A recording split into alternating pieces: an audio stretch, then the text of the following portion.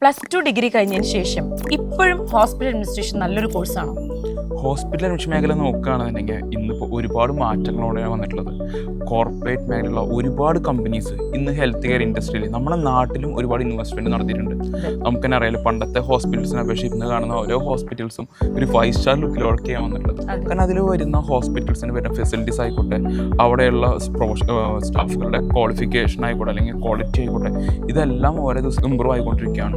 അപ്പോൾ അതുകൊണ്ട് തന്നെ ഹോസ്പിറ്റൽ അഡ്മിഷൻ മേഖല ഇപ്പോഴും നമുക്ക് നമ്മുടെ കുട്ടികൾക്ക് +2 ഡിഗ്രി കഴിഞ്ഞ കുട്ടികൾക്ക് ചൂസ് ചെയ്യാൻ പറ്റുന്ന ഏറ്റവും one of the best option തന്നെയാണ്.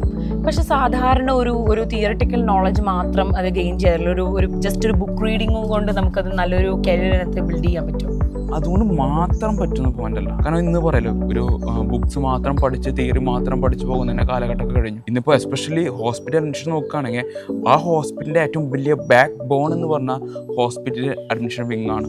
അപ്പോൾ അവർക്കെന്ന് വെച്ച് കഴിഞ്ഞാൽ എല്ലാ ഏരിയാസിലും പ്രാക്ടിക്കൽ ബേസിലായിക്കോട്ടെ, ഓപ്പറേഷൻ ബേസിലായിക്കോട്ടെ, എല്ലാം ക്വാളിറ്റി ഉണ്ടെങ്കിലാണ് ആ കാൻഡിഡേറ്റ്സിനെ പഠിച്ചിറങ്ങിയോണ്ട് മാത്രമല്ല, പഠിച്ചിറങ്ങിയിട്ട് ഇത്രയും ക്വാളിറ്റി അല്ലെങ്കിൽ സ്കിൽ സെറ്റ് ഉണ്ടെങ്കിൽ മാത്രമേ ഡെഫിനറ്റ് എന്ത് ചെയ്യാൻ പറ്റുള്ളൂ, നല്ലൊരു കരിയർ അവർക്ക് നേടിയെടുക്കാൻ പറ്റുള്ളൂ. ഇതുപോലെ തന്നെ നമ്മളിപ്പോൾ കാണാം NABH സ്റ്റാൻഡേർഡ്സ് ഉള്ള എല്ലാ ഹോസ്പിറ്റൽസ് കൺവേർട്ട് ആയിക്കൊണ്ടിരിക്കുക, NABH അക്രഡിറ്റേഷൻ എടുത്തുകൊണ്ടിരിക്കുക.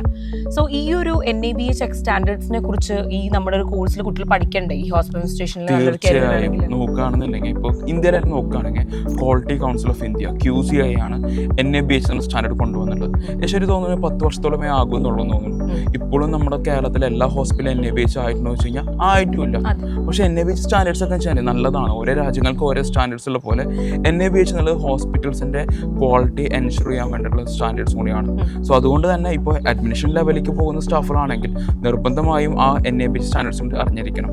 കാരണം അതിൽ ഈ വരുന്ന റിവൈസ് വരുന്ന കാര്യങ്ങൾ അതിനെക്കുറിച്ച് അറിയണമായിക്കോട്ടെ, SOPസിനെ കുറിച്ചൊക്കെ അറിഞ്ഞിരിക്കുകയാണെങ്കിൽ നല്ലതാണ്. കാരണം പറഞ്ഞുകൊണ്ടല്ല, എന്നാൽ മാത്രമേ, കാരണം ഈ NABHനെ കടന്നു വരവോടെയാണ് ഇത്രയധികം ജോബ് അവസരങ്ങൾ ഹെൽത്ത് കെയർ ഇൻഡസ്ട്രിയിൽ വന്നിട്ടുള്ളത്. അതുകൊണ്ടാണ് അപ്പോൾ ഇതിനെക്കുറിച്ചൊക്കെ അറിയുന്ന കാര്യങ്ങൾ NABH മാത്രമല്ല കേട്ടോ, ഇവൻ എസ്പെഷ്യലി ഇപ്പോൾ ഒരു പർച്ചേസിങ് കാര്യങ്ങളെ കുറിച്ചായിക്കോട്ടെ, HR മേഖലയെ കുറിച്ചായിക്കോട്ടെ, ഇവൻ അതുപോലെ ഇൻഷുറൻസ് എന്നുള്ള ഓപ്ഷൻ കാര്യങ്ങളായിക്കോട്ടെ, ഇതെല്ലാം ഇന്ന് അറിഞ്ഞിരിക്കേണ്ട പോയിന്റ് തന്നെ. ഞാനൊരു കാര്യം കൂടെ ചോദിച്ചോട്ടെ, നമുക്ക് ആക്ച്വലി ഈ ഒരു കോഴ്സ് പഠിച്ചു കഴിഞ്ഞാൽ ഏത് ലെവലിൽ നിന്ന് ഏത് ലെവൽ വരെ എത്താൻ പറ്റും ഈ ഒരു ഹോസ്പിറ്റൽ മേഖലയിൽ? ആക്ച്വലി നോക്കുകയാണെന്നുണ്ടെങ്കിൽ ഏറ്റവും ഏത് മേഖലയിലായിക്കോട്ടെ ക്വാളിറ്റി ഉള്ള കാൻഡിഡേറ്റ് ആണെന്നുണ്ടെങ്കിൽ അവരുടെ ആ പ്രോഗ്രസ് എന്നുള്ളത് വളരെ നല്ലതായിരിക്കും. കാരണം അവരിപ്പോൾ ഒരു സ്റ്റാർട്ടിങ് കയറുന്ന സമയത്ത് ഒരു എൻട്രി ലെവൽ ജോബിലേക്ക് ഒപ്പം തന്നെ അവർക്ക് C ലെവൽ വരെ എന്നുള്ള ഓപ്ഷനിലേക്ക് എൻ്റർ ചെയ്യാൻ പറ്റുന്ന പോയിന്റാണ്.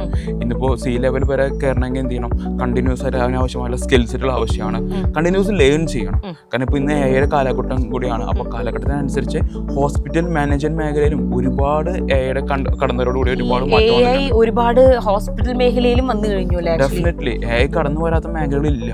ഇത് മാനേജ്മെന്റ് മേഖലയ്ക്ക് നോക്കുകയാണെങ്കിൽ ഇപ്പോൾ AI കടന്നു വരവോട് കൂടി HR മാനേജ്മെന്റ് മേഖലയിൽ HR സെഗ്മെന്റ് ആയിക്കോട്ടെ, പർച്ചേസിംഗ് ആയിക്കോട്ടെ, ഓപ്പറേഷൻസ് ആയിക്കോട്ടെ, ഇതെല്ലാം ഹോസ്പിറ്റൽ അഡ്മിനിസ്ട്രേഷൻ കോഴ്സ് പഠിക്കുന്ന കാൻഡിഡേറ്റ്സ് ഇന്ന് AI ബേസിൽ നോക്കി പഠിച്ചു കഴിഞ്ഞാൽ തന്നെയാണ് ഈ കുറഞ്ഞ സമയം കൊണ്ട് കൂടുതൽ അവരുടെ C ലെവലിലേക്കുള്ള യാത്രയുടെ ആ ഡ്യൂറേഷൻ കുറച്ച് എത്രയും പെട്ടെന്ന് എത്താനായിട്ട് സാധിക്കുള്ളൂ. അപ്പോൾ ദാറ്റ് മീൻസ് ഇൻ ഷോർട്ട് പറയുകയാണെങ്കിൽ +2 കഴിഞ്ഞവരും ഡിഗ്രി കഴിഞ്ഞവർക്കും ഇപ്പോഴും ഹോസ്പിറ്റലൈസേഷൻ ട്രെയിനിങ് പ്രോഗ്രാം തന്നെ. പക്ഷെ അവിടെ ക്വാളിറ്റിയുള്ള പ്രൊഫഷൻസിന് എന്നും എല്ലായിടത്തും വാല്യൂ ഉള്ളതാണ്.